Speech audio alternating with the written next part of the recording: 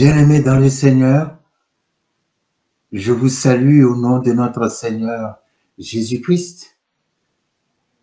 Nous nous retrouvons encore une fois de plus autour de la parole de Dieu et je rends grâce à Dieu pour cette opportunité qu'il nous donne de parler de lui au travers de sa parole. Je prie que le Saint-Esprit soit le leader de cette rencontre, de cette réunion.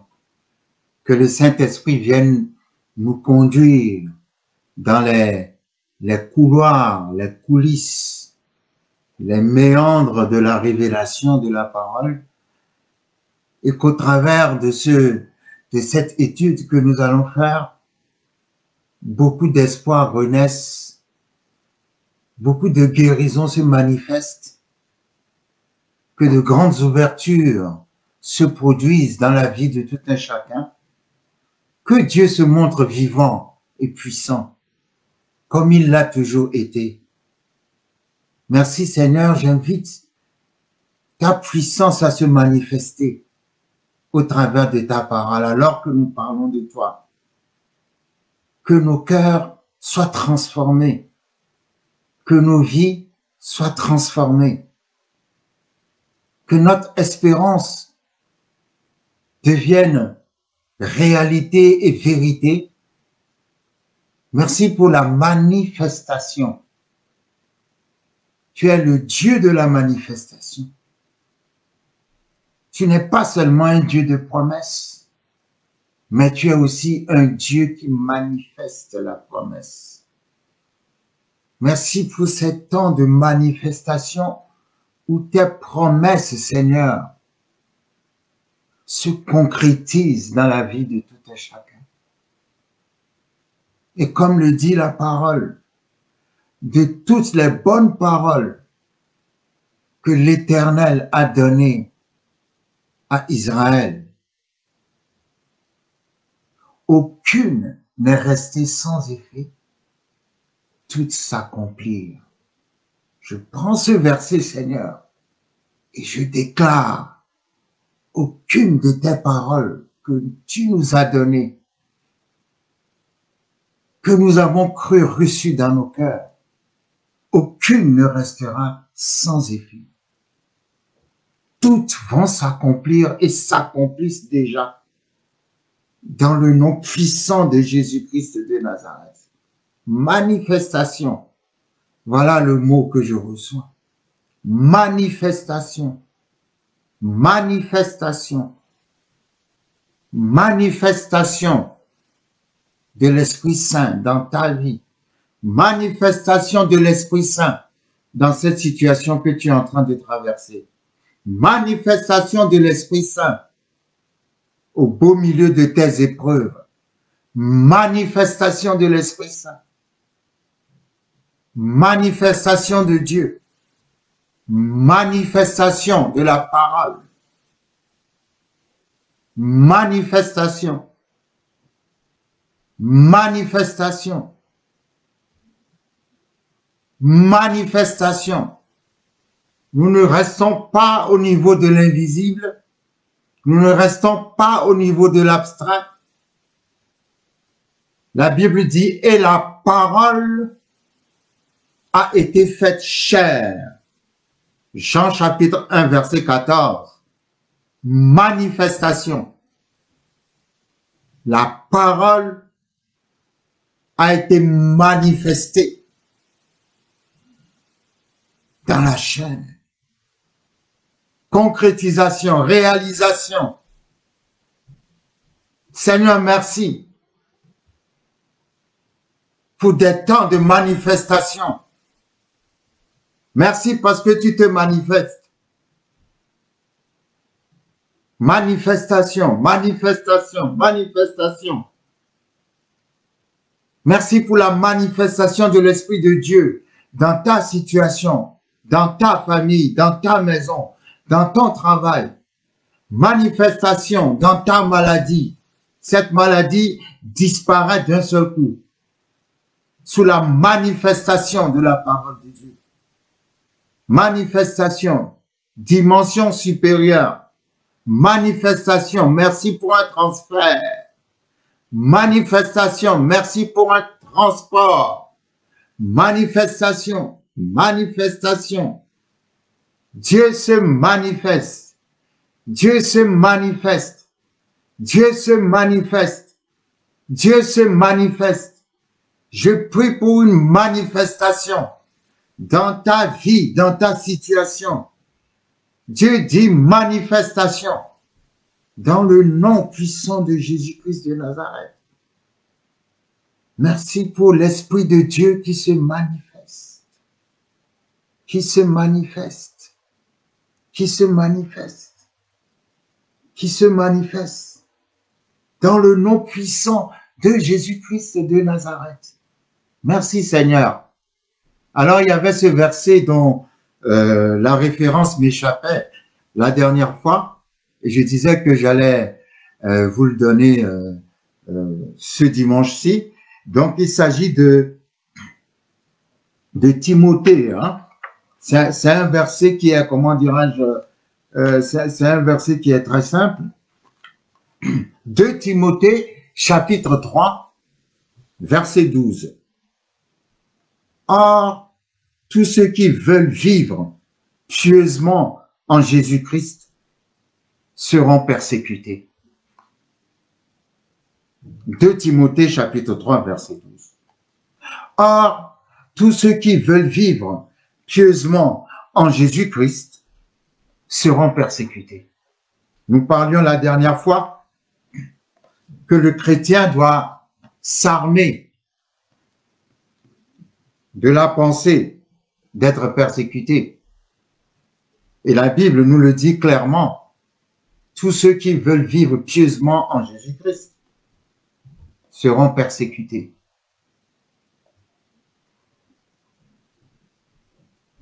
Donc, nous devons savoir que la vie de foi ne sera pas toujours une vie tranquille. Mais malgré les persécutions, la Bible dit, nous sommes plus que vainqueurs. Donc, ce ne sont pas les mères persécutions qui doivent nous faire peur, parce qu'on parlait dans le cadre de la peur, on parlait sur le thème de la peur, mais sachant déjà ce qui nous attend dans cette vie de foi, certaines choses ne doivent plus nous faire peur.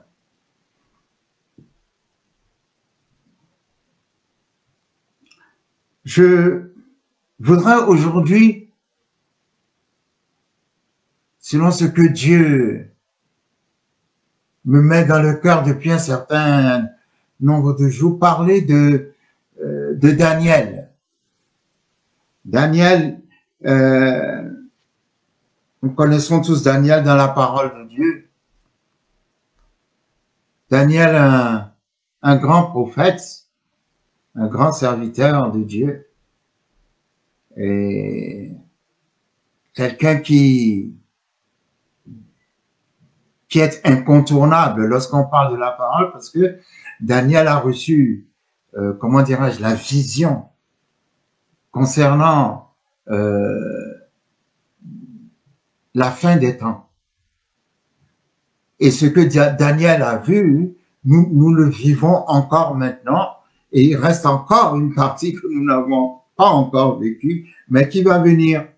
C'est pour vous dire à quel point la vision de cet homme de Dieu était puissante, à quel point sa vision était solide, assise, enracinée, basique, à quel point sa vision était une source incontournable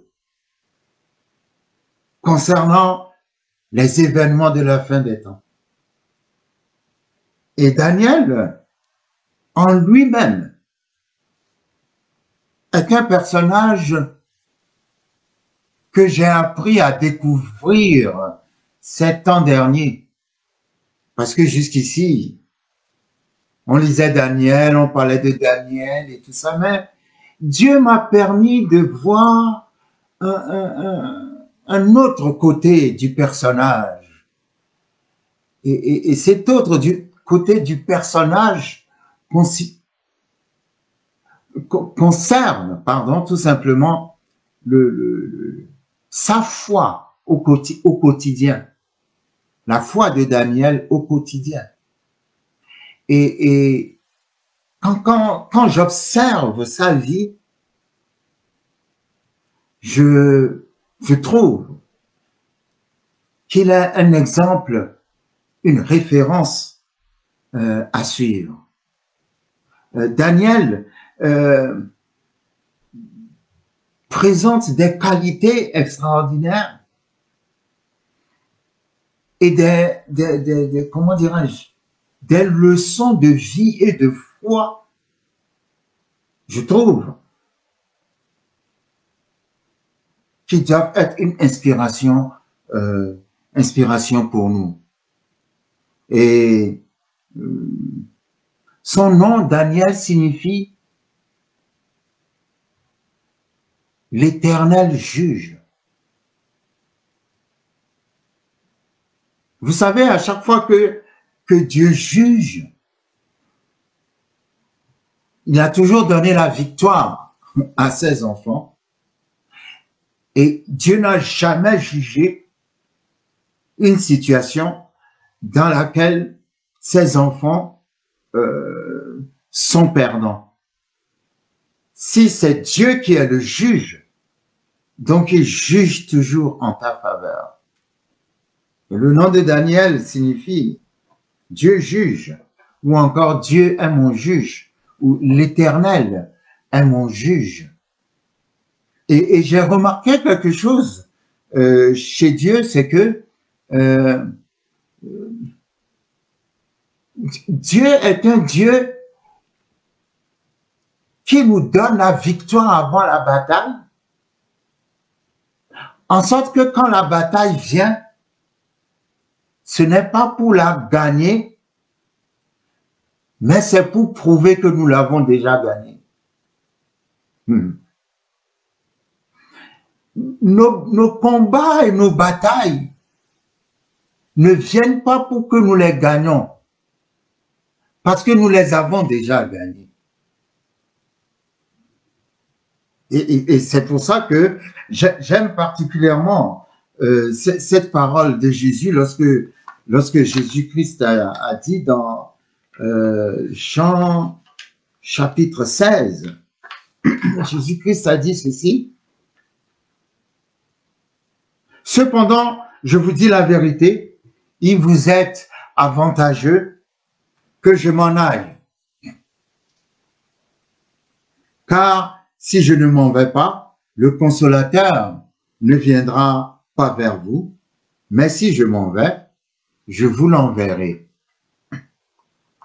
Et quand il sera venu, il convaincra le monde en ce qui concerne, numéro 1, le péché, numéro 2, la justice, et numéro 3, le jugement. » Et Jésus continue en disant, en ce qui concerne le péché, parce qu'il ne croit pas en moi, la justice, parce que je vais au Père et que vous ne me verrez plus, le jugement, parce que le prince de ce monde est jugé. Parce que le prince de ce monde est jugé. Jésus dit, quand le consolateur sera venu, il nous donnera la conviction que le prince de ce monde est jugé. Quand Jésus-Christ a dit, tout est accompli, ça veut dire c'est fini. Le diable a été jugé, le diable est jugé, et le diable a été trouvé condamnable, condamné, vaincu, et Jésus nous a donné la victoire. Quel que soit le cas qui peut se présenter le diable ne peut plus jamais gagner. Parce que l'Éternel a déjà jugé.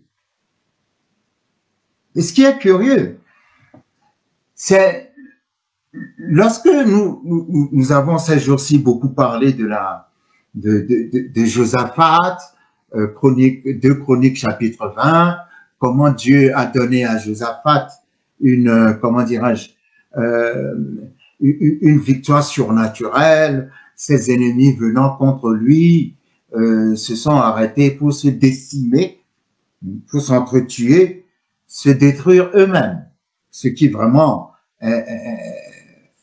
est surnaturel. Et le fait est que le nom Josaphat, en hébreu, Jéhoshaphat, Jého est la racine de Jéhovah, et Shaphat veut dire juger. En sorte que Jéhoshaphat ou Josaphat, littéralement traduit, signifie l'Éternel a jugé. Alors, vous avez vu comment ça s'est passé le combat entre Josaphat et ses ennemis. Cela nous donne une idée de comment l'Éternel juge nos ennemis. Josaphat n'a même pas fait le combat. L'Éternel a combattu pour lui et les ennemis se sont entretués. Son nom signifie l'Éternel a jugé. Donc, Josaphat était face à une situation lorsqu'il était menacé par ses ennemis. Il était menacé par ses ennemis, mais il n'avait pas eu la révélation de son nom, en fait. Parce que si tu t'appelles l'Éternel a jugé et que tes ennemis te menacent, tu dois rire. Parce que si tu t'appelles l'Éternel à juger, c'est que tes ennemis ne pourront jamais te vaincre. Et je crois qu'en tant que chrétiens, nous sommes tous des Josaphat. Pourquoi? Parce que l'Éternel a déjà jugé Satan. Et Satan n'a aucun pouvoir, ni aucune autorité sur toi. C'est pour ça que quelque part, j'aime bien la signification du nom Daniel. Dieu est mon juge. Parce qu'à chaque fois que Dieu est ton juge, il faut savoir que la victoire est de ton côté. Nous ne faisons pas la bataille pour vaincre. Nous faisons la bataille pour prouver que l'Éternel a déjà jugé, que nous avons déjà vaincu. Donc, quelqu'un ne doit pas avoir peur. Cette situation, tu vas t'en sortir. Cette situation te verra gagnant et gagnante. Dieu va lever ses mains pour toi. Dieu va se lever pour toi. L'ouverture va venir brutalement, subitement, d'une façon inattendue. Et le temps que tu te demandes comment ça s'est passé, comment ça va se passer, alors ça va se passer. Dieu dit à quelqu'un, je mettrai une ouverture inattendue dans cette situation. Le temps que tu réalises ou que tu te poses la question de savoir comment ça va se passer, ça se serait déjà passé. Come on. Merci Seigneur. Lorsque nous allons dans 2 Chroniques chapitre 36, 2 Chroniques chapitre 36, je vais lire rapidement, c'est par rapport à la vie de Daniel. Bon, quand je parle de Daniel, nous n'allons pas aller, comment dirais-je, en profondeur dans chaque détail de sa vie, non. Il y a simplement, comment dirais-je, un côté particulier de sa vie qui m'a beaucoup touché et qui constitue pour moi une source de méditation et d'inspiration pour la foi. Vous savez, la foi est très simple. La foi est très simple. Nous avons parfois la tendance à penser que nous devons impressionner Dieu en faisant de grandes, mais la foi est d'une simplicité. Je ne sais même pas comment l'expliquer. La foi est très simple. Dieu est très simple. Et notre relation avec lui est très simple. Et ce qui fait que avoir une relation avec Dieu, être en relation avec Dieu est en fait quelque chose de très simple. Lorsqu'on observe la vie de Daniel, lorsque nous lisons 2 Chroniques chapitre 36, la Bible dit à partir du verset 11, « Sédécias avait 21 ans lorsqu'il devint roi. Et il régna 11 ans à Jérusalem.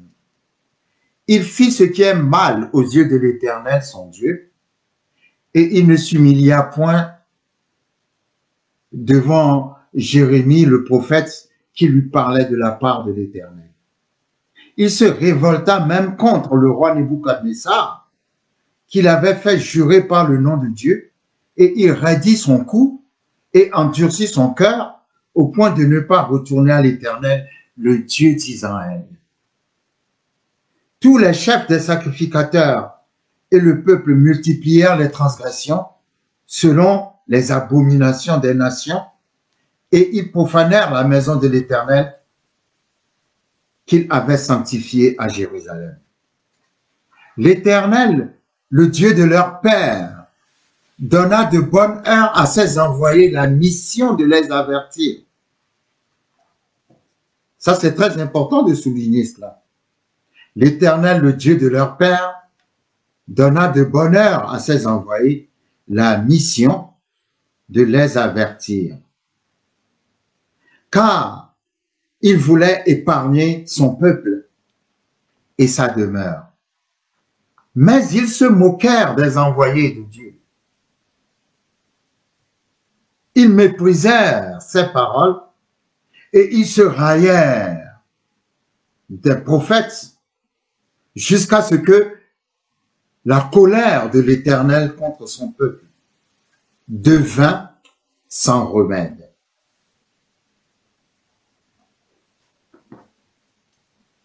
Alors, l'Éternel fit monter contre eux le roi des Chaldéens et tua par l'épée leurs jeunes gens dans la maison de leur sanctuaire.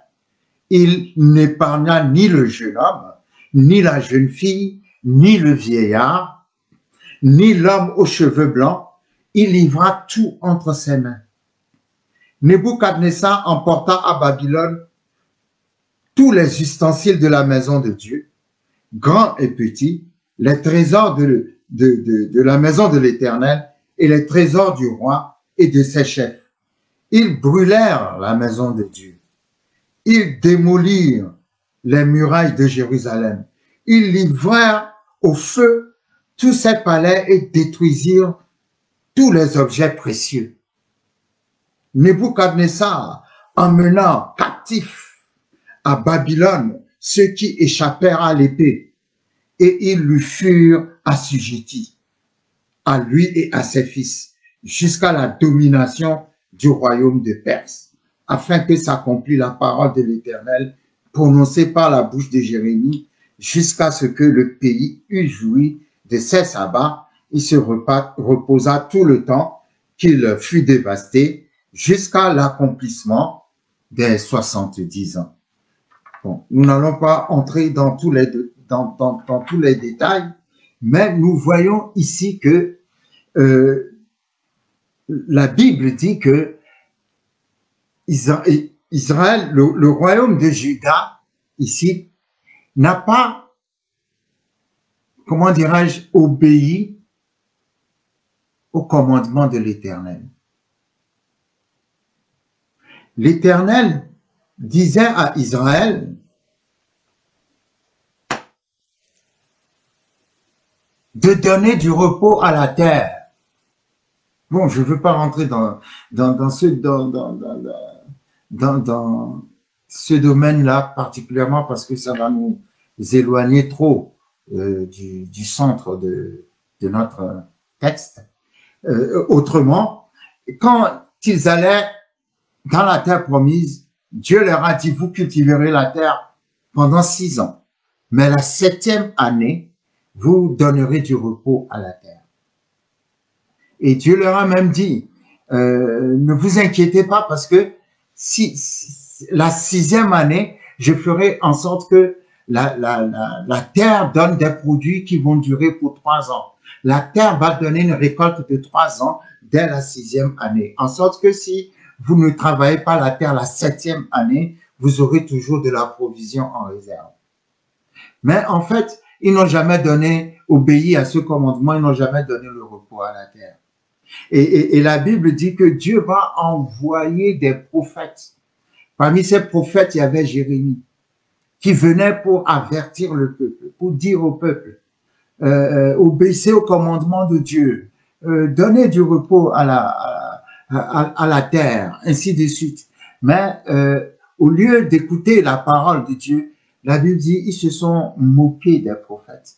Ils ont méprisé les paroles des prophètes. Et la colère de l'Éternel s'est manifestée. Et qu'est-ce qui s'est passé? L'Éternel va permettre que le roi Nebuchadnezzar vienne pour détruire le temple, pour détruire la ville, pour tuer les jeunes gens de Jérusalem, les jeunes filles, les vieillards, ceux qui ont échappé à l'épée, il les a pris en captivité pour les ramener, pour les emmener chez lui à Babylone, et il a pris tous les trésors qu'il avait dans le temple. Et quand je lis cela, la première chose que je veux mettre en relief, c'est que dans le caractère de notre Dieu, nous devons savoir que Dieu ne fait jamais rien sans d'abord nous avertir. Et s'il y a une qualité que j'affectionne chez notre Dieu, c'est bien celle-là. L'Éternel, en fait, si tu dis que je suis surpris, je suis surprise, en fait, c'est que tu es très distrait ou que tu es très distraite. Parce que l'Éternel avertit toujours. Et vous pouvez être sûr qu'il ne fera jamais rien de majeur dans votre vie ou dans votre nation sans vous avoir vraiment averti. Et j'aime ça. D'ailleurs, la Bible dit dans Amos chapitre 3, à partir au verset 7, Amos 3, verset 7, la Bible dit « Car le Seigneur l'Éternel ne fait rien sans avoir révélé son secret à ses serviteurs, les prophètes. » Amos 3, verset 7. « Car le Seigneur l'Éternel ne fait rien sans avoir révélé son secret à ses serviteurs, les prophètes. » L'Éternel t'avertira toujours. Maintenant, si toi-même tu es quelqu'un qui vit sur une autre planète, qui est trop distrait, tu ne verras pas ou tu n'entendras pas l'avertissement du Seigneur, mais le Seigneur avertit toujours. Et quand le Seigneur nous avertit, il faut que nous puissions nous repentir et devenir obéissants et obéir au commandement de l'Éternel. Autrement, comme la Bible ne dit pas que l'Éternel ne se met jamais en colère, La Bible dit il est lent la colère. Lent la colère ne veut pas dire qu'il ne se met jamais en colère. L'Éternel est patient, il va t'avertir, il est patient, il va te laisser le temps de te repentir jusqu'au moment où sa colère va éclater. Et le peuple d'Israël ne voulait pas obéir à ses commandements. Il envoyait des prophètes leur parler, des prophètes leur parler, des prophètes leur parler, mais la Bible dit qu'ils se sont moqués des prophètes. Alors, la colère de l'Éternel s'est enflammée et il a permis à Nebuchadnezzar d'aller détruire la ville de Jérusalem, d'aller prendre des captifs, de tuer des jeunes gens, des jeunes filles, de détruire le temple, ainsi de suite. Et parmi ceux qui ont échappé à l'épée, il les a emmenés captifs à Babylone. Et à Babylone, ils seront là-bas comme des prisonniers, des esclaves et des captifs. Et parmi ceux qu'on a emmenés captifs à Babylone, justement, se trouvait Daniel. Et Daniel avait entre 15 et 17 ans. Il était très jeune. Lorsque comment dirais-je, Nebuchadnezzar était venu pour détruire sa ville et pour l'emmener parmi les captifs. Et il n'y avait pas que Daniel, il y avait Daniel et trois de ses amis à qui on donnera le nom d'Abed-Nego, Meshach et Shadrach, mais qui avaient des noms, je crois, Ananias et Misraël et Azarias. De toute façon, on va y revenir. Donc, il y avait comment dirais-je, un groupe de jeunes, 15-17 ans, parmi les captifs. Et quand ils sont arrivés à Babylone, le roi Nebuchadnezzar va désigner quelqu'un à qui il va demander, il va dire ceci: parmi les gens que nous avons emmenés en captivité, il faut que tu trouves des jeunes qui sont bien physiquement, qui sont intelligents, qui sont sortis de familles de bonne éducation. Et je voudrais que ces jeunes-là puissent apprendre notre langue, la langue babylonienne, et qu'on leur apprenne les coutumes, les traditions, les choses de notre, comment dirais-je, de notre pays, de notre culture. Et donc, parmi les jeunes qui vont être, comment dirais-je, sélectionnés, se trouvera Daniel, et se trouveront aussi, comment dirais-je, ceux à qui on donnera le nom de Abed-Nego, Meshach et Shadrach. Ils vont se trouver sélectionnés dans ce groupe de jeunes. Et j'ai oublié de préciser que le titre de mon exhortation, c'est Génération Daniel. Génération Daniel. Parce que ma prière et mon vœu le plus ardent est que la génération Daniel renaisse encore aujourd'hui. Je trouve que l'époque que nous vivons, la période que nous vivons, c'est la génération Daniel. Je trouve que cette époque me rappelle Daniel. Cette époque nous appelle à être comme Daniel et comme ses amis. Génération Daniel.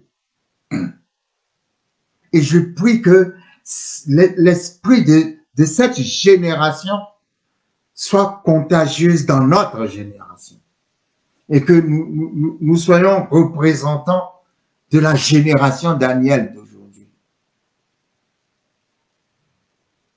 Et quand ils sont arrivés à Babylone, le roi ayant donc donné des ordres et des recommandations spécifiques, va dire à celui qui s'occupe de la nourriture des jeunes qui ont été sélectionnés pour travailler à la cour du roi, le roi va désigner quelqu'un pour que cette personne leur fasse des plats spécifiques, des plats spéciaux, des mets spéciaux. En fait, ils devraient manger les mêmes mets, les mêmes plats que les plats du roi. Donc, quelque part, c'était un privilège. Mais parmi cette génération de jeunes, la Bible dit que Daniel va se résoudre, va décider à ne pas manger les mets du roi. Et lorsque nous lisons Daniel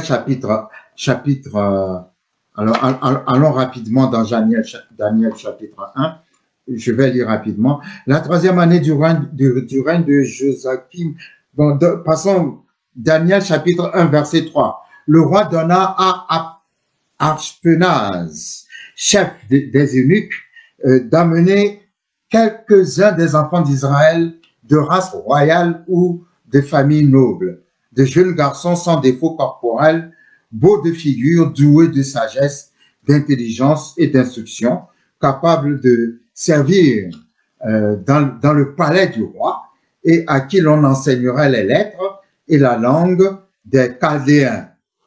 C'est ce que je viens de dire tout à l'heure. Le roi leur assigna pour chaque jour une portion des mets de sa table et du vin dont ils buvaient, voulant les élever pendant 3 années, au bout desquelles ils seraient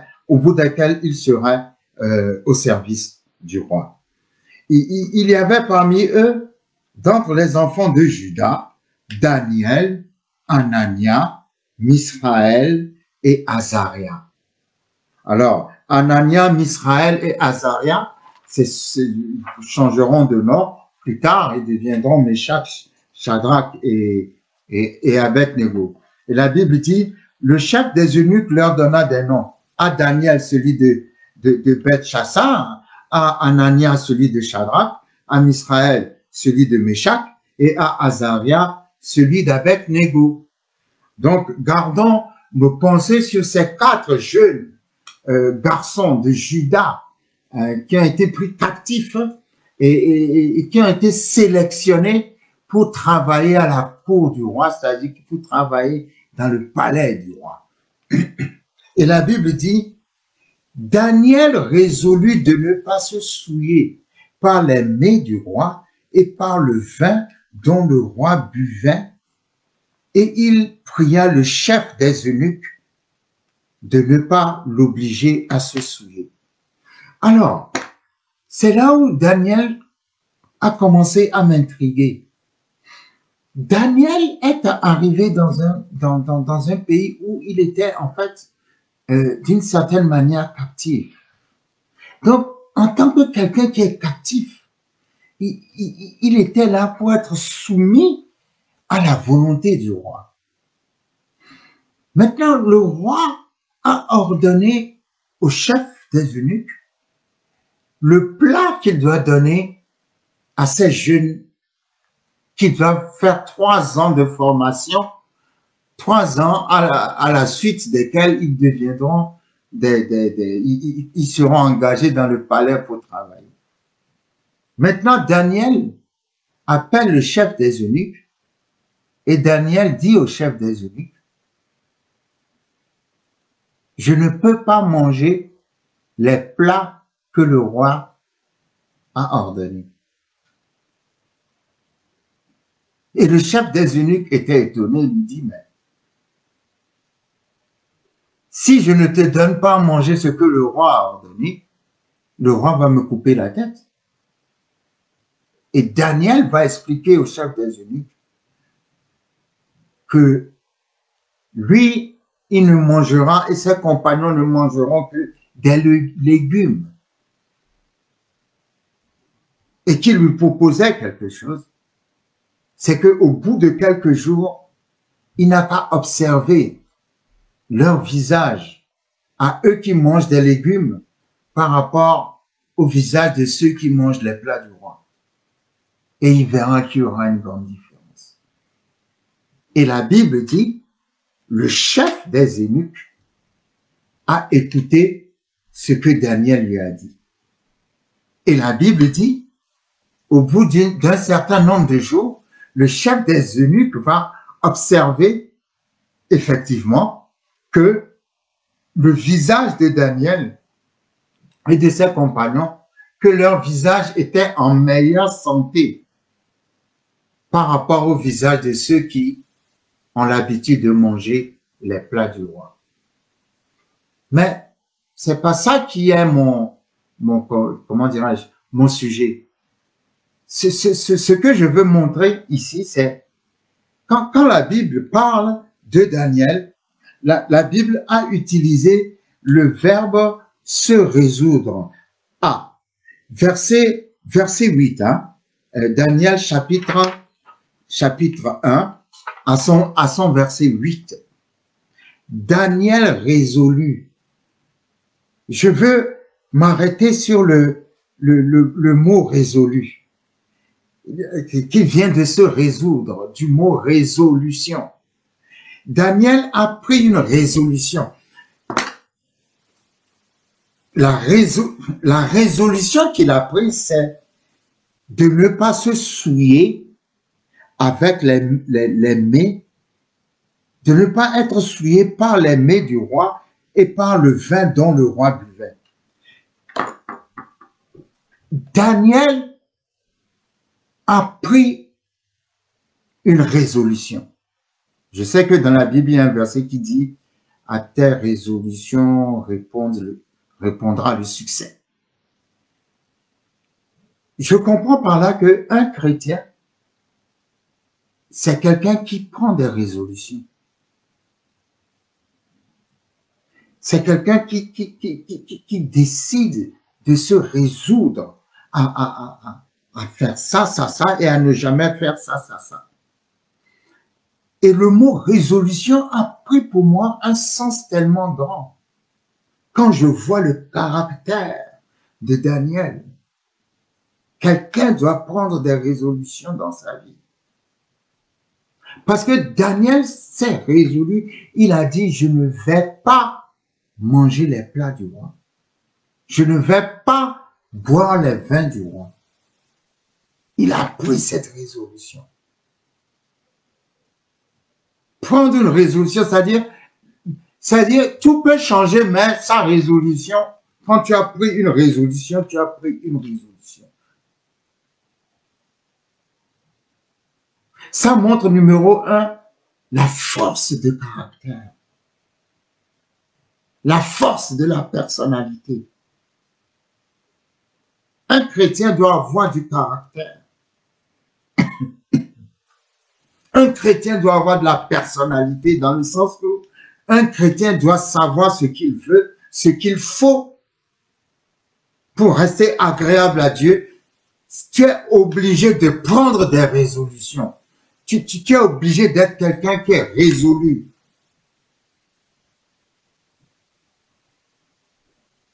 Mais ce n'est toujours pas ce qui m'a intrigué avec Daniel. Ce qui m'a intrigué avec Daniel, c'est que Daniel ne connaissait pas, le roi n'est pas son ami, le roi n'est pas son oncle. Le chef des eunuques qui s'occupait de la cuisine et qui servait la nourriture n'était pas son ami. Ils ne se connaissaient pas. Mais le chef de la cuisine a risqué sa tête. Parce que si le roi avait appris que le chef des eunuques n'a pas respecté ses recommandations et a plutôt écouté ce que Daniel lui a dit, il allait lui faire couper la tête en même temps. Et le chef des eunuques a dit à Daniel, je risque ma tête si je fais ce que tu me dis. Mais le chef des eunuques a écouté et a fait ce que Daniel lui a demandé. Alors, ma question est, quel est ce pouvoir? C'est comme si Daniel était quelqu'un qui, partout où il va, il transporte la présence de Dieu avec lui. Partout où il va, c'est-à-dire, il est tellement lié, tellement habitué, tellement tellement familier avec Dieu, que partout où il va, il n'est pas, il transporte avec lui la présence de Dieu. C'est ce qui est extraordinaire, parce que en son temps, le Saint-Esprit n'habitait pas en lui. Le Saint-Esprit n'habitait pas dans les gens de l'Ancien Testament. Nous, le Saint-Esprit habite en nous. Nous pouvons dire que partout où nous allons, nous transportons la présence de Dieu. Mais Daniel avait cette familiarité avec Dieu. Il avait cette intimité avec Dieu. Il avait cette relation profonde avec Dieu. En sorte que partout où il allait, il y avait comme ce rayonnement de Dieu autour de lui. Le chef des eunuques a changé la recommandation du roi.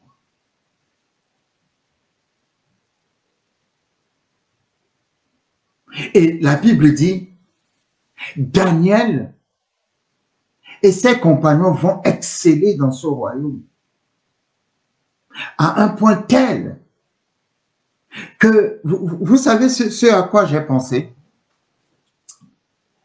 Daniel s'est dit, ok, Nebuchadnezzar, tu as détruit ma ville, tu as tué les gens de ma famille, tu as pris les trésors de ma nation.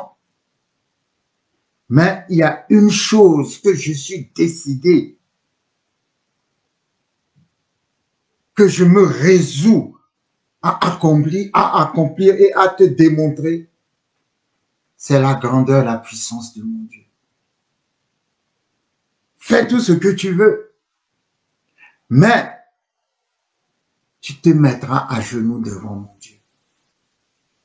C'est cette résolution que Daniel a prise dans son cœur. Et Daniel, la Bible dit, avait un esprit excellent. La Bible va même jusqu'à dire, il avait un esprit supérieur.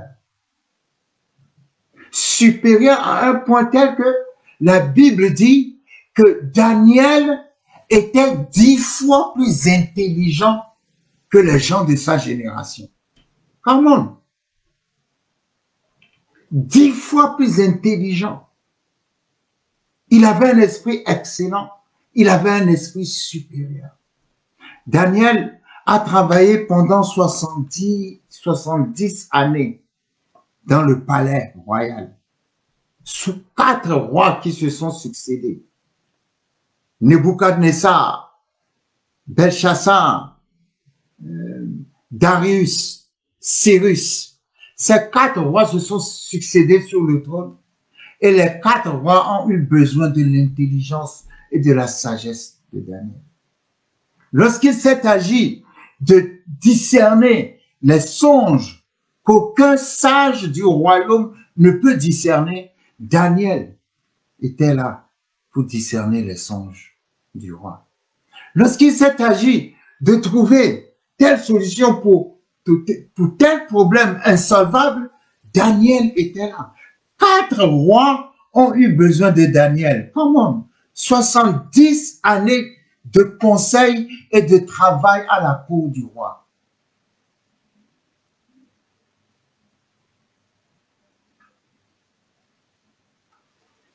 Et quand Daniel avait commencé à exceller, la Bible dit, les gens, évidemment, étaient jaloux de lui. Et parce que les gens étaient jaloux de lui, ils avaient monté un coup contre lui. Mais j'ai découvert dans la vie de Daniel que le secret de Daniel, c'est tout simplement la prière. Vous savez, quand on parle de la prière, les gens s'imaginent prier, c'est venir avec une liste de requêtes devant Dieu et puis après avoir exposé sa liste, partir. Non. Avoir une vie de prière, c'est avoir comment dirais-je, une communion, une communication quotidienne avec Dieu. C'est prendre le temps avec Dieu, c'est passer du temps avec Dieu. Et Daniel était quelqu'un qui passait du temps avec Dieu. C'est pour ça que quand on lit l'histoire de Daniel, il y a un mot qu'on ne peut pas trouver dans la biographie de Daniel. C'est le mot peur. Le mot peur n'existe pas dans la vie de Daniel, ni dans sa biographie. Pourquoi? Parce que c'est quelqu'un qui était tout le temps, qui cherchait tout le temps à être dans la présence de Dieu. Il avait ce rayonnement autour de lui. Il avait cette présence autour de lui. Parce qu'il était un homme de prière. Un homme de prière. Un homme de prière. C'est pour ça que je dis, la vie n'est pas, de foi n'est pas compliquée. Quand tu es un homme de prière, une femme de prière, quand tu es habitué à la présence de Dieu, tu vas faire des choses qui vont étonner les autres, mais pour toi, c'est comme si c'est quelque chose de normal, quelque chose de naturel. Et Daniel avait cette habitude. Daniel vivait comme s'il était sur une autre planète. C'est-à-dire que lui, il ne voyait que Dieu, son Dieu à lui, et ça s'arrête là. Vous pouvez dire tout ce que vous voulez, vous pouvez sortir toutes les lois que vous voulez, vous pouvez faire. Lui, il ne connaît que son Dieu, point. Et il n'avait aucun complexe à servir son Dieu. Et c'est ça qui m'a beaucoup touché chez Daniel. C'est qu'il était tout le temps avec Dieu. Il y a une façon de prier qui ne consiste pas à adresser des listes de requêtes, mais qui consiste tout simplement à être dans la présence de Dieu. Chercher sa présence et y demeurer. Je ne prie pas parce que j'ai besoin de quelque chose. Non, Seigneur, je veux ta présence. Je veux juste être avec toi. Parler avec toi. Discuter avec toi. Comme on discute avec une personne. Je veux m'habituer à ta présence quotidienne. C'est quand David était dans le désert et qu'il gardait les brebis de son père. La Bible dit qu'il était tout seul. Personne n'allait le voir. Personne n'allait le visiter. Il était le 8e, le dernier garçon de sa famille. Mais comme il a dit lui-même, mon père m'a conçu dans le péché. Ma mère m'a conçu dans le péché. C'est-à-dire que, en fait, c'est un enfant que son père a eu dehors, avec une autre femme. Et puis peut-être un jour, cette femme-là aussi devrait faire sa vie. Et cette femme l'a pris pour venir le jeter dans la maison de son père, pour que son père s'occupe de lui. Or, dans la maison de son père, il avait déjà 7 grands frères d'une autre mère. Il était comme l'enfant qui était là et qui était un enfant problématique. Ah, quand vous n'avez pas la même mère que les autres, vous êtes problématique. Il était le tout petit, le tout dernier, le 8e. 8 veut dire nouveau commencement. Dieu va commencer de nouvelles choses avec quelqu'un qui a été rejeté dans sa famille. Ah, comment? Il n'était pas aimé dans sa famille, David. C'est pour ça qu'on l'a envoyé garder les brebis de la famille dans les montagnes. Comment pouvez-vous envoyer le petit dernier aller faire face aux lions et aux loups? Non, c'est parce que sa mère n'était pas la même mère que les autres. Donc, quelque part, il fallait le mettre à l'écart. Et quand il était avec les animaux, il n'avait pour ami que les animaux, seul dans le désert. Mais là, dans le désert, il a appris à développer la présence de Dieu autour de lui. Et c'est là, dans le désert, qu'il jouait de la harpe et qu'il écrivait les psaumes. L'Éternel est mon berger, je ne manquerai de rien. Et ceci et cela, tout ce qu'il... Quand vous lisez les psaumes de David, c'est comme des lettres qu'il écrivait à Dieu, c'était des chansons qu'il chantait dans sa solitude. Il avait une relation avec Dieu comme si Dieu était une personne présente à côté de lui et avec qui il parlait. C'est comme ça qu'il a développé sa foi et son amour avec Dieu. Tu peux le faire aussi, nous pouvons le faire aussi. Nous pouvons aussi écrire nos psaumes à Dieu, chanter à Dieu, chercher sa présence. Seigneur, je ne veux que ta présence, juste ta présence. Et cela a plu tellement à Dieu qu'il en a fait le roi de sa nation. C'est la présence de Dieu que David a développée dans sa solitude, dans l'abandon des hommes, dans l'abandon de sa famille. Un jour, on parlera de David et nous y trouverons des leçons de foi, des leçons de vie extraordinaires. Daniel développait cette présence-là. Partout où il allait, il y avait cette présence. La Bible dit, Dieu, le roi l'a élevé. Et parce que le roi l'a élevé, ses collègues étaient jaloux de lui. Et ses collègues ont trouvé un moyen pour pouvoir le faire chuter. La Bible dit, lorsque nous lisons Daniel, chapitre 6, la Bible dit, Darius trouva bon d'établir sur le royaume 120 satrapes, qui devaient être dans tout le royaume.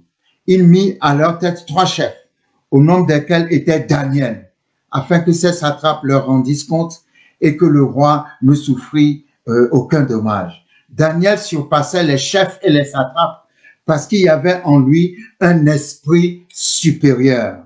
Un esprit supérieur. L'esprit supérieur a un autre nom, c'est le Saint-Esprit.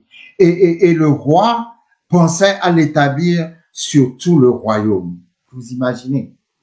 Il y avait dans Daniel un esprit supérieur et le roi pensait à l'établir sur tout le royaume. Amen. Lorsque vous êtes en connexion avec Dieu, lorsque vous êtes, comment dirais-je, lié à Dieu, vous serez toujours, il y aura toujours une excellence qui fera la différence. La Bible dit, alors les chefs des satrapes cherchèrent une occasion pour accuser Daniel en ce qui concernait les affaires du royaume. Mais ils ne purent trouver aucune occasion ni aucune chose à reprendre, parce qu'il était fidèle et qu'on n'apercevait chez lui ni faute, ni rien de mauvais. Daniel était un homme intègre. Et la Bible dit, ces hommes dirent, nous ne trouverons aucune occasion contre ce Daniel, à moins que nous n'en trouvions dans la loi de son Dieu. Puis ces chefs et ces satrapes se rendirent tumultueusement auprès du roi et lui parlèrent ainsi. Roi Darius, vis éternellement. Tous les chefs du royaume, les intendants, les satrapes, les conseillers et les gouverneurs sont d'avis qu'il soit publié un édit royal avec une défense sévère, portant que quiconque dans l'espace de 30 jours, adressera des prières à quelque Dieu ou à quelque homme, excepté à toi, ô roi, sera jeté dans la fosse au lion. Maintenant, ô roi, confirme la défense et écris le décret afin qu'il soit irrévocable selon la loi des Mèdes et des Perses qui est immuable. Là-dessus, le roi Darius écrivit le décret et la défense. Lorsque Daniel, suivez-moi bien, sut que le décret était écrit, il se retira dans sa maison où les fenêtres de la chambre supérieure étaient ouvertes dans la direction de Jérusalem, et 3 fois le jour, il se mettait à genoux, il priait et il louait son Dieu, comme il le faisait auparavant. Comment? La Bible dit, ses collègues pour le faire perdre ont été trouver le roi qui a sorti une nouvelle loi. Désormais, on n'adorera plus un autre Dieu à part le roi lui-même. Mais la Bible dit que Daniel, ayant entendu la nouvelle loi, est rentré tranquillement dans sa maison, dont les fenêtres étaient ouvertes en direction de Jérusalem, et 3 fois par jour, il se mettait à genoux et priait le Dieu d'Israël. Alors, ce qui m'a épaté là, c'est que même quand il cherchait sa maison, il était tellement attaché à Dieu qu'il a voulu habiter dans une maison. Il a cherché une maison dont les fenêtres soient en direction de Jérusalem. Dieu dans les petites choses. Est-ce que quelqu'un parmi nous, en déménageant, a cherché à prendre une maison dont les fenêtres sont en direction de Jérusalem? Non, c'est une façon de vous dire que Daniel pensait à l'intérêt et aux intérêts de Dieu en toutes choses. Même pour déménager, il lui fallait une maison dont les fenêtres sont en direction de Jérusalem. Et quand le roi a sorti cette nouvelle loi qu'on n'adorera pas d'autres dieux, la Bible dit qu'il a gardé les fenêtres de sa maison ouvertes en direction de Jérusalem et il continuait de prier son Dieu à genoux 3 fois par jour comme auparavant. Comme auparavant. C'est pour ça que je disais que j'ai l'impression que Daniel vivait sur une autre planète. C'est-à-dire, quelles que soient les lois qui sortent, quelles que soient, personne ni rien ne peut le séparer de sa communion avec Dieu. C'était un homme de prière. C'était un homme de prière. Parfois, on se demande, mais comment se fait-il que tel miracle arrive à telle personne fait tel miracle, telle personne fait ceci, telle personne fait cela. Mais vous ne connaissez pas la dimension, la profondeur de la vie de prière de la personne. La manière dont la personne a pris des résolutions dans sa foi. Parce que Daniel s'est résolu à s'attacher à Dieu. Quel que soit ce qui se passe, il reste attaché. C'est une résolution. Vous savez, le mariage, hein, quand on se marie, beaucoup de gens croient que l'amour, c'est un sentiment. L'amour n'est pas un sentiment. Non. L'amour est une résolution. L'amour est une décision. Je décide de t'aimer. Même si cette décision naît par un sentiment, après, il faut passer à la dimension supérieure. C'est ça que les gens ne comprennent pas. La dimension supérieure, c'est quoi? C'est que tu prends une résolution. Je t'épouse, pas seulement parce que tu es belle, pas seulement parce que c'est... Je t'épouse et je décide que je passerai toute ma vie avec toi. Il n'y aura pas une autre personne à part toi. C'est ma décision, c'est ma résolution et il en sera ainsi jusqu'au jour de ma mort. C'est ça le mariage. Ça veut dire, aujourd'hui, tu es belle, si demain, quelque chose se passe et que tu n'es plus belle à regarder ou quoi que ce soit, je t'aimerai toujours, je serai toujours avec toi. C'est pas seulement une question de sentiment, c'est une question de décision. C'est une question de résolution. Tu es beau aujourd'hui, mais si quelque chose se passe et que tu ne l'es plus, je serai toujours avec toi. Tu es pauvre ou tu es riche aujourd'hui, je serai toujours avec toi. J'ai décidé, quel que soit pour le meilleur et pour le pire, je serai toujours avec toi. Ce n'est pas seulement une question de je t'aime parce que j'ai des sentiments. Non, je décide d'être avec toi. C'est une décision. La résolution, la décision est plus puissante que les sentiments. Je répète, la résolution, Lorsque tu te résous à faire quelque chose, lorsque tu prends une décision, c'est plus puissant qu'un sentiment. L'amour n'est pas un sentiment. L'amour est une décision. Je t'aime parce que je le décide et il en sera toujours ainsi.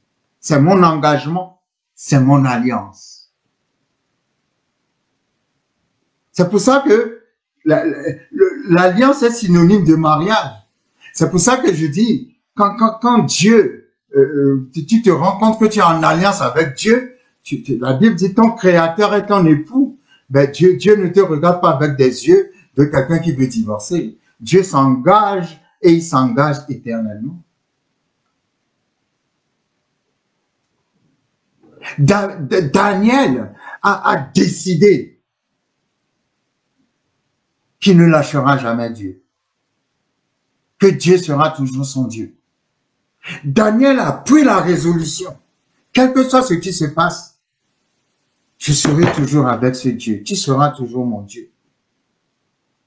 Et non seulement il a pris cette résolution, mais chaque jour, il poursuit la présence de ce Dieu. Pas étonnant.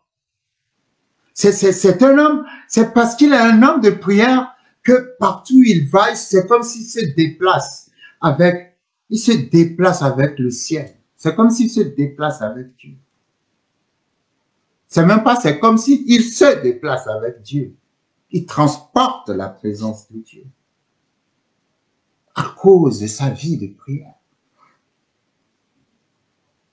Alors les gens sont partis trouver le roi, ils ont dit au roi, n'as-tu pas sorti une loi comme quoi, oui, il ne faut pas adorer d'autres dieux, voilà, ton conseiller Daniel est en train d'adorer un autre dieu, ceci et cela, il ne respecte pas ta loi, bon, comme il n'a pas obéi à ta loi dit que si quelqu'un ne respecte pas ce commandement, on doit le jeter à la fosse au lion.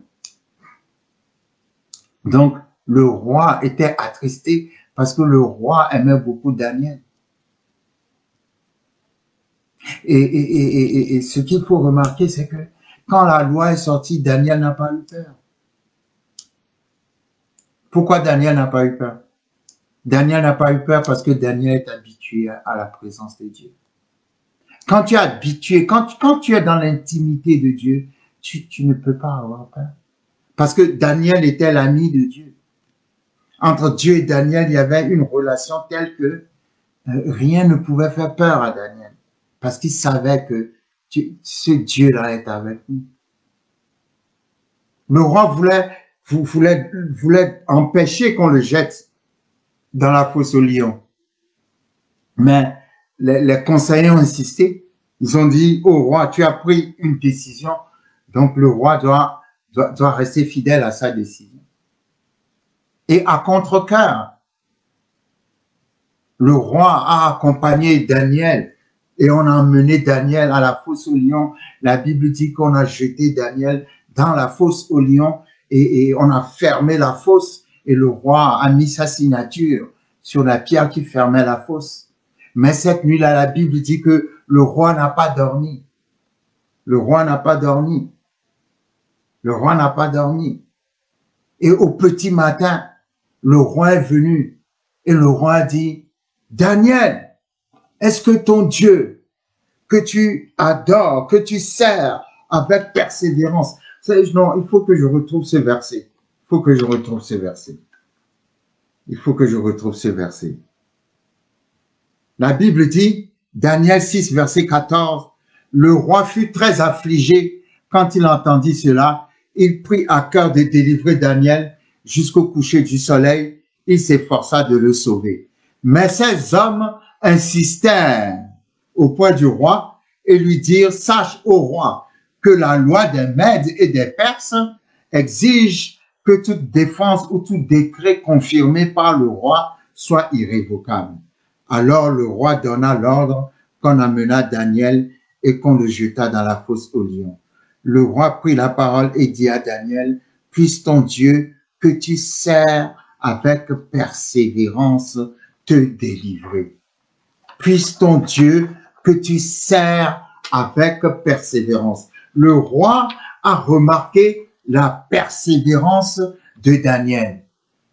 Puisse ton Dieu que tu sers avec persévérance te délivrer. Et la Bible dit, le roi n'a pas pu dormir, car au petit matin, le roi est arrivé à la fosse, au lion. Et le roi va dire, va poser cette question, va dire, Daniel, est-ce que ton Dieu que tu sers avec persévérance t'a délivré de la gueule des lions? Et à chaque fois, quand je lis ça, je dis, si c'est un scénario de cinéma qu'on est en train de produire, après avoir posé cette question, il doit y avoir quelques minutes de suspense. Et au moment où les gens ont commencé à penser, doivent commencer à penser que les lions mangeaient Daniel, alors à ce moment, on entend la voix de Daniel qui dit, oui, mon Dieu m'a délivré de la gueule des lions. Est-ce que je peux dire à quelqu'un, je ne sais pas combien de lions t'entourent, mais on entendra encore ta voix. Oh, come on, je vais répéter. Je dis, tes ennemis ont envoyé je ne sais combien de lions autour de toi. Tes ennemis ont envoyé je ne sais combien de fausses lions autour de toi. Tu te retrouves subitement dans une situation où normalement tu n'as jamais vu quelqu'un sortir de cette situation. Normalement tu n'as jamais vu quelqu'un être délivré de cette situation. Les lions sont autour de toi. Les lions s'avancent vers toi. Les lions courent vers toi. Mais j'ai une parole prophétique pour toi. Dieu dit, on entendra encore ta voix.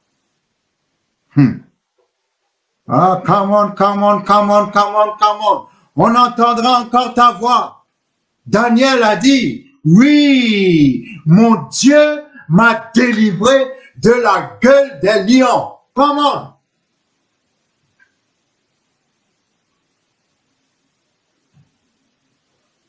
Vous imaginez, j'imagine la scène. Hein? Lorsqu'on a jeté Daniel dans la fosse aux lions, les lions se sont précipités, ils ont couru vers Daniel et d'un seul coup, ils se sont prosternés. Ah, comment tes lions vont se prosterner devant toi. Au nom puissant de Jésus-Christ de Nazareth, je dis, tes lions, les lions qu'on t'a envoyés, vont se prosterner devant toi. Dans le nom, je vois les lions se prosterner devant toi. Ils sont obligés de se prosterner devant toi. Parce que quand Daniel est arrivé dans la fosse, il n'est pas arrivé tout seul. Il est arrivé avec la présence de Dieu. Oh, comment? Celui qui transporte la présence de Dieu quelque part, partout où il va, il est arrivé avec la présence de Dieu. Les lions se sont prosternés. Je prie dans le nom puissant de Jésus-Christ de Nazareth que cette montagne qui te menace se prosterne devant toi. Je prie dans le nom puissant de Jésus-Christ de Nazareth que cette montagne fonde comme la cire au soleil. Je prie dans le nom puissant de Jésus-Christ de Nazareth que quelles que soient les flèches qui te sont envoyées, que ces flèches tombent brisées et retournent contre les envoyeurs dans le nom puissant de Jésus. Le roi a dit, désormais je décrète que dans le royaume, on n'adore que le Dieu de Daniel.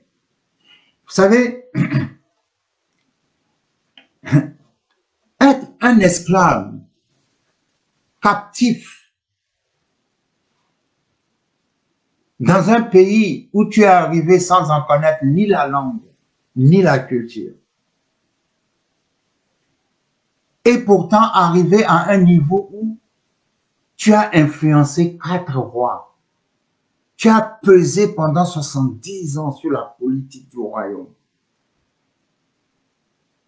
Et dans cette même, dans cette même période, tu as démontré la puissance de Dieu au point que le roi en question décide que dans son pays, on n'adorera que ton Dieu.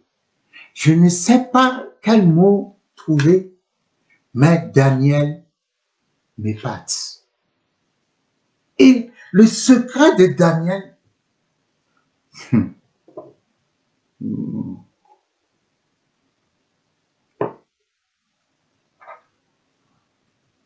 ce n'est pas seulement dans la vie de prière, mais c'est dans le mot que le roi a utilisé, persévérance. Est-ce que ton Dieu que tu sers avec persévérance? Vous savez, bien aimés, nous vivons une période où notre foi a besoin de persévérance. Quand je parle de la génération Daniel, je parle de nous. Nous sommes les Daniel de notre temps. Ça veut dire, nous devons apprendre à marcher dans l'intégrité, que nous devons apprendre à nous familiariser à la présence de Dieu, que nous devons nous résoudre. Nous devons prendre cette résolution. À tes résolutions répondra le succès. Nous devons prendre cette décision que quel que soit ce qui se passe, nous allons montrer à cette génération la puissance de notre Dieu, la gloire de notre Dieu. Je n'ai pas le temps de parler d'Abed-Nego, Meshach et Shadrach, les compagnons de Daniel, la même génération de Daniel, qui ont bouleversé aussi la vie de cette nation qui les a pris captifs. Je suis épaté parce que Daniel, dans sa résolution, a fini par imposer, même pas imposer, parce qu'il n'a rien dit, c'est le roi lui-même qui a imposé la loi. On n'adorera plus que le Dieu d'Israël dans mon royaume. Parce que le roi a vu la gloire de Dieu. Nous devons démontrer la gloire de Dieu. Je prie que le Saint-Esprit t'utilise pour montrer la gloire de Dieu à cette génération dans laquelle nous vivons, parce que tu es la génération Daniel. Tu es la génération Daniel. Et je vais conclure, vous savez quoi?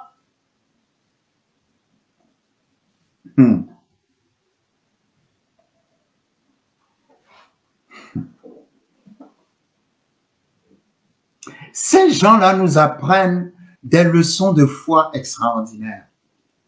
Daniel a toutes les raisons de mépriser Dieu. Daniel avait toutes les raisons de détester Dieu. Daniel avait toutes les raisons de rejeter Dieu. Daniel avait toutes les raisons de ne pas persévérer dans l'adoration de Dieu. Daniel avait toutes les raisons de ne plus avoir foi en Dieu. Numéro 1, parce que Daniel aurait pu se dire, ce Dieu-là aurait pu nous délivrer des mains de Nebuchadnezzar. Et quand Nebuchadnezzar était venu pour détruire la ville de Jérusalem, quand il était venu pour détruire la ville de Jérusalem, Daniel a dû prier. Daniel a dû prier. Mais Dieu n'a pas exaucé sa prière. Nebuchadnezzar a détruit la ville, a tué les jeunes gens, a tué les jeunes filles, a pris les trésors du temple, a détruit le temple et a emmené Daniel lui-même et toute sa génération, les gens qui ont échappé à l'épée, il les a emmenés captifs à Babylone. Rien que ça aurait pu déjà faire perdre la foi à Daniel. Mais Daniel n'a pas perdu la foi. Vous savez, il y a des choses que la Bible ne dit pas clairement. Mais lorsque vous vous trouvez dans la situation, vous l'imaginez clairement. C'est pour ça que je dis toujours que nous ne devons pas lire la Bible comme on lit un roman, mais nous devons lire la Bible comme, comment dirais-je, nous devons vivre ce que nous lisons. Parce que si, quand nous nous mettons dans l'histoire pour vivre ce que nous lisons, nous voyons des choses que la Bible n'a pas montrées. Rien que la manière dont la captivité s'est passée aurait pu tuer la foi de Daniel. Mais Daniel, lorsque vous lisez Daniel chapitre 9, arrivé à Babylone, Daniel s'est repenti. Il s'est repenti pour les péchés de ses pères. Pour ses pères qui ont été désobéissants. Daniel s'est repenti. Il a demandé à Dieu, mais pourquoi les choses se sont passées de cette façon? Et c'est là où, dans sa réponse, Dieu va lui parler des événements qui vont se passer jusqu'à la fin des temps. Peut-être fera l'objet d'une de nos prochaines études. Mais ce que je veux dire, c'est que Daniel aurait pu perdre la foi parce que Dieu n'a pas sauvé Juda, Dieu n'a pas sauvé Israël. Dieu a permis qu'on les amène captifs à Babylone. Et ce n'est pas fini. Vous savez, quand dans cette culture babylonienne, quand vous êtes choisi pour travailler à la place au palais du roi, quand vous êtes choisi pour être conseiller du roi, vous devez être castré. Les eunuques étaient des gens castrés. Ceux qui travaillaient à la cour du roi étaient castrés. Donc, donc vous ne pouvez pas avoir d'enfants. Vous ne pouvez pas avoir de famille. On vous enlève votre virilité. Et j'imagine Daniel, tout jeune, devrait certainement avoir aussi envie d'avoir une famille. Et certainement, arrivé au palais du roi, Daniel devait prier aussi. Seigneur, protège-moi, que je ne sois pas castré. Je veux une famille. J'aimerais avoir une famille. Mais tu ne peux pas travailler à la cour du roi sans être castré.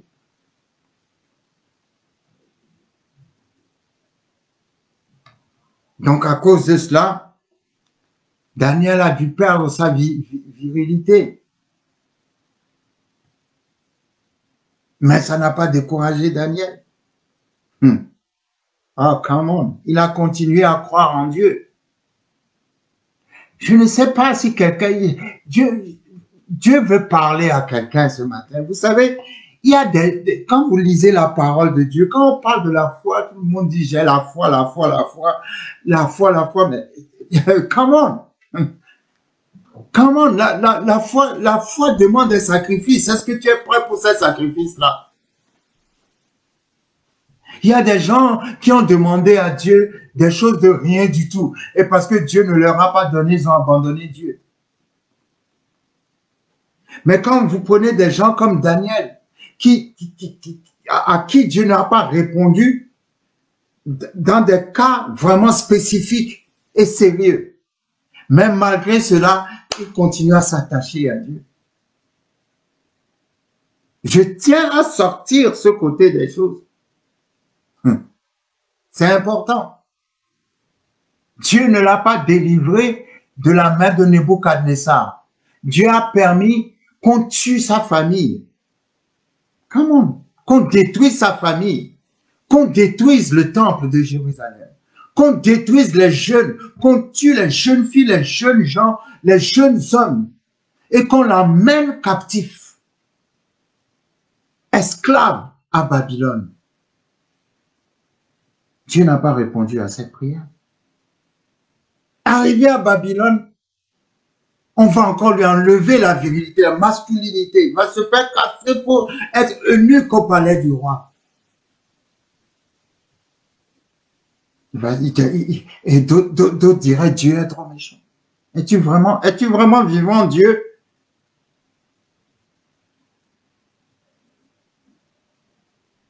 Même malgré cela, il a pris une résolution. Ah, come on. Malgré cela, il a pris une décision. Quel que soit ce que vous faites contre moi, je démontrerai la gloire de mon Dieu. Nebuchadnezzar a beau détruire le temple. Vous avez beau faire de nous des captifs. Vous avez beau nous rendre, comment dirais-je, esclaves. Mais quelque part, vous allez plier le genou devant notre Dieu. Et vous direz que c'est notre Dieu qui est Dieu. Ah, come on. Ah, come on. Ah, come on. Merci pour la génération Daniel. Le temps est entamé. Mais Dieu a juste le temps de dire à quelqu'un, être chrétien, ce n'est pas venir à Dieu pour que Dieu fasse ce que tu veux. Être chrétien, c'est venir à Dieu pour faire ce que Dieu veut. Déchire ta liste. Viens au Seigneur et dis au Seigneur, fais de moi ce que tu veux. Parce que quel que soit ce qui peut se passer, ce que Dieu veut faire de toi est plus grand. Ce que Dieu veut faire de toi est toujours plus glorieux. Ah, come on, je ne sais pas à qui je parle ce matin. Mais Dieu dit, ma gloire est plus glorieuse que ta gloire. Ma gloire est plus grande que la tienne. Tu crois perdre en venant vers moi. Mais ce que je ferai de toi est plus grand que ce que tu crois. Je ne suis pas Dieu pour accomplir tes projets.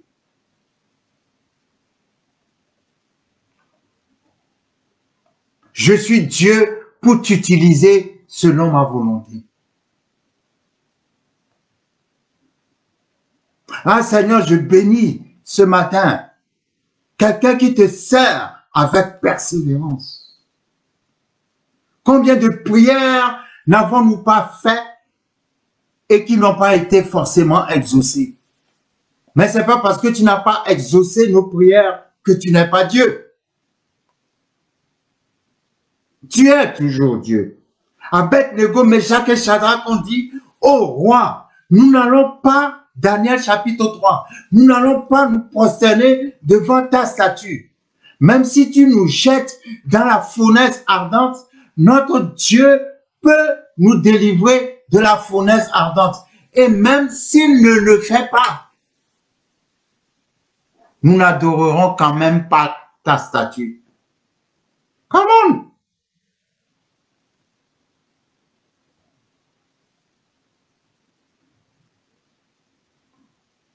Dieu est Dieu. Même s'il ne me donne pas ce que je veux, il est Dieu. Dieu est Dieu. Même si les choses ne se sont pas passées comme je l'aurais voulu, il est Dieu. Et quoi qu'on dise sur la vie de Daniel, quel que soit ce que Daniel a perdu et qu'il n'a jamais eu dans sa vie, la gloire de Dieu qu'il a apportée dans ce royaume est extraordinaire. Et on n'en trouve pas de pareil dans toute la Bible. Oh, comment? Ce que Dieu a réservé pour toi est toujours plus grand que ce que tu te réserves toi-même. Abandonne-toi entre ses mains. Il ne va pas exaucer toutes tes prières. Mais si tu le laisses faire de toi ce qu'il veut, tu verras que la gloire qu'il va mettre dans ta vie est plus grande que s'il avait exaucé toutes tes prières. Et je prie pour la persévérance. Tu as été déçu, tu te dis, des fois on espère, on utilise le mot « Dieu m'a déçu ». Dieu ne déçoit jamais. Mais si tu es dans une situation où Dieu t'a déçu, reviens à toi-même. Parce que Dieu a un plan meilleur. Dieu a un plan meilleur, la persévérance dans la foi. Des gens qui ont demandé des choses qu'ils n'ont pas reçues, mais qui se sont encore plus attachés à Dieu. Et je vais terminer. Luc chapitre 1, versets 5 à 17. Du temps d'Hérode, roi de Judée, il y avait un sacrificateur nommé Zacharie, de la classe d'Abia. Sa femme était d'entre les filles d'Aaron et s'appelait Élisabeth. Tous deux étaient justes devant Dieu, observant d'une manière irréprochable tous les commandements et toutes les ordonnances du Seigneur. Ils n'avaient point d'enfants parce qu'Élisabeth était stérile et ils étaient l'un et l'autre avancés en âge. Or, pendant qu'ils s'acquittaient de ses fonctions devant Dieu, selon le tour de sa classe, il fut appelé par le sort. Vous savez pourquoi je vous ai lu ce passage? À cause de Zacharie, le père de Jean-Baptiste. Vous avez vu la présentation que la Bible a faite de Jean-Baptiste et de sa femme? Ils n'avaient point d'enfants parce qu'Élisabeth était stérile et ils étaient l'un et l'autre avancés en âge. Suivez-moi bien.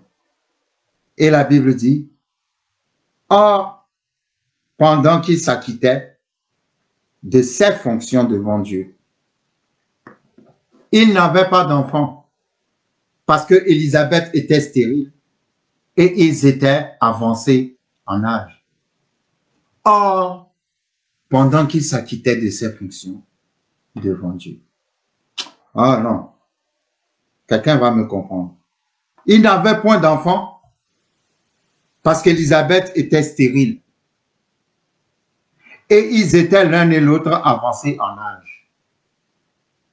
Or, pendant qu'ils s'acquittaient de ses fonctions devant Dieu, ils n'avaient pas d'enfants, mais ils s'acquittaient toujours de ses fonctions devant Dieu. Ah, come on, quelqu'un ne me comprend pas. Ils n'avaient pas d'enfants parce qu'Élisabeth était stérile et qu'ils étaient avancés en âge. Mais cela ne l'a pas empêché de continuer, oh come on, à s'acquitter de ses fonctions devant Dieu. Ils n'avaient pas d'enfants parce qu'Élisabeth était stérile et qu'ils étaient avancés en âge. Or, pendant qu'ils s'acquittaient de ses fonctions, cela ne l'empêchait pas, cela ne l'a jamais empêché de continuer à servir Dieu. Ils ont prié pendant toute leur jeunesse, jusqu'à ce qu'ils sont devenus vieux. Ils n'ont jamais eu d'enfants. Dieu ne leur a pas donné d'enfants. Mais pendant tout ce temps, il n'a jamais dit Dieu n'est pas Dieu. Mais pendant tout ce temps, il n'a jamais abandonné Dieu. Alors qu'il s'acquittait de ses fonctions devant Dieu, alors qu'il continuait à servir Dieu avec persévérance, un ange lui est apparu. Et l'ange lui a dit, ta prière a été exaucée. Tu vas avoir un enfant. Oh, come on. Je ne sais pas, le temps est entamé. Je ne sais pas comment. Oh, come on. Oh, come on.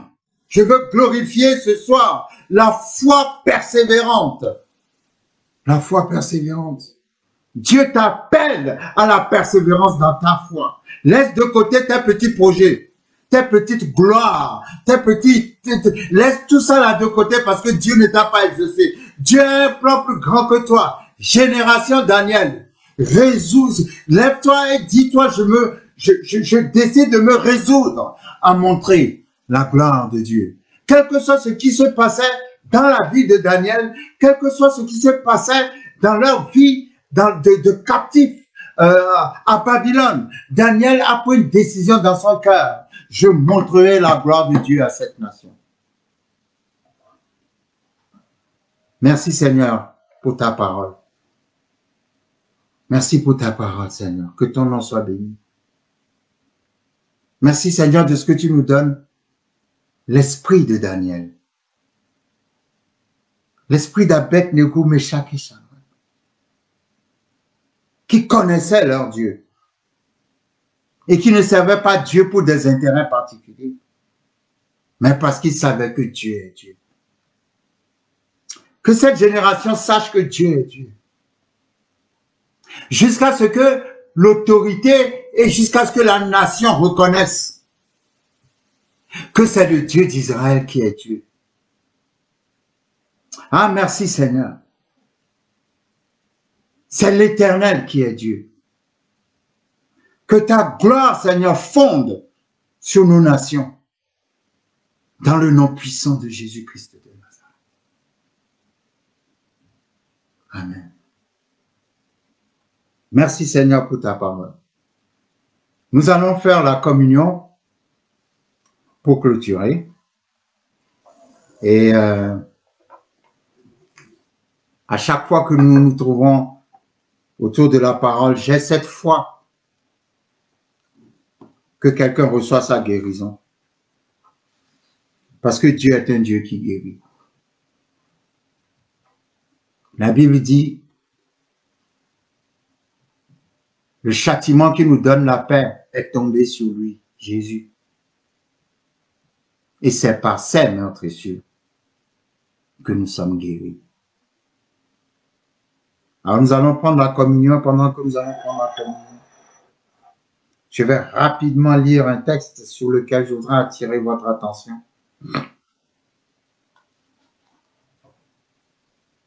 Nombre chapitre 21 à partir du verset 4.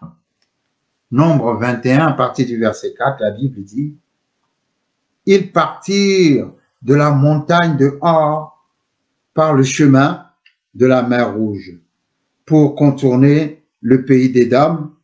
Le peuple s'impatienta en route et parla contre Dieu et contre Moïse. Pourquoi nous avez-vous fait monter hors d'Égypte pour que nous mourions dans le désert? Car il n'y a point de pain et il n'y a point d'eau, et notre âme est dégoûtée de cette misérable nourriture. Alors l'Éternel envoya contre le peuple des serpents brûlants. Ils mordirent le peuple et il mourut beaucoup de gens en Israël. Le peuple vint à Moïse et dit: Nous avons péché, car nous avons parlé contre l'Éternel et contre toi.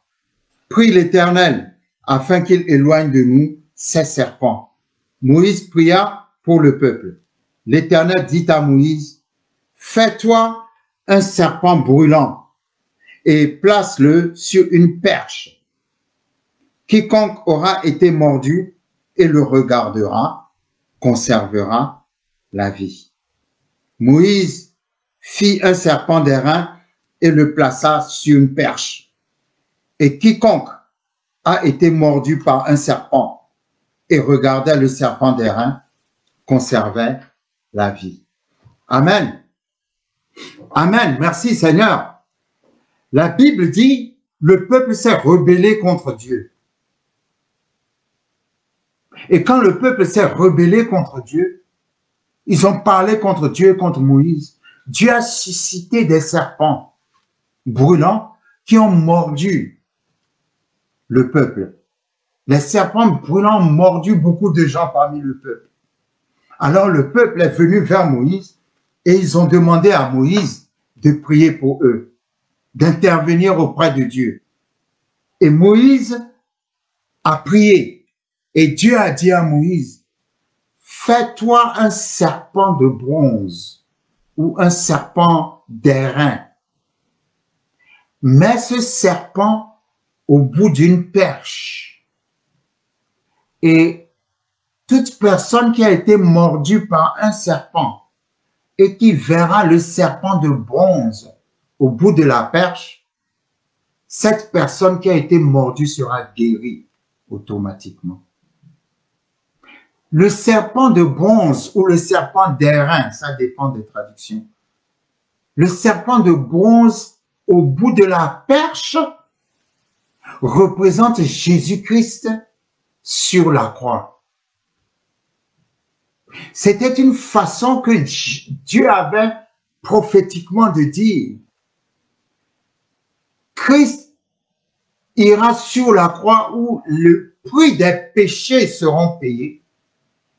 Et en regardant la croix, nous recevons la guérison pendant que lui, il prend nos maladies. Donc, les serpents, ceux qui ont été mordus par les serpents, en regardant le serpent de bronze, qui est Jésus-Christ, ils ont retrouvé la guérison miraculeusement. Jésus-Christ est notre serpent de bronze. Pourquoi Jésus-Christ a pris l'image des serpents? Parce que sur la croix, Jésus-Christ est devenu péché. Et c'est pour ça que c'est pour ça qu'il a dit, Père, pourquoi m'as-tu abandonné? Parce que Dieu ne pouvait pas habiter, le Père ne pouvait pas habiter dans le péché. Donc sur la croix, il était devenu péché. Sur la croix, il était devenu serpent. Sur la croix, il était devenu nos maladies. Et c'est un échange. Parce que pendant qu'il a pris les maladies de l'humanité, passé, présent, futur, alors qu'il était sur la croix, en échange, il nous a donné sa santé divine. Et je prie en cet instant, alors que je prends le pain. Merci pour la santé divine. Merci pour la santé du Yeshua. Merci pour la santé de Jésus-Christ dans ta vie.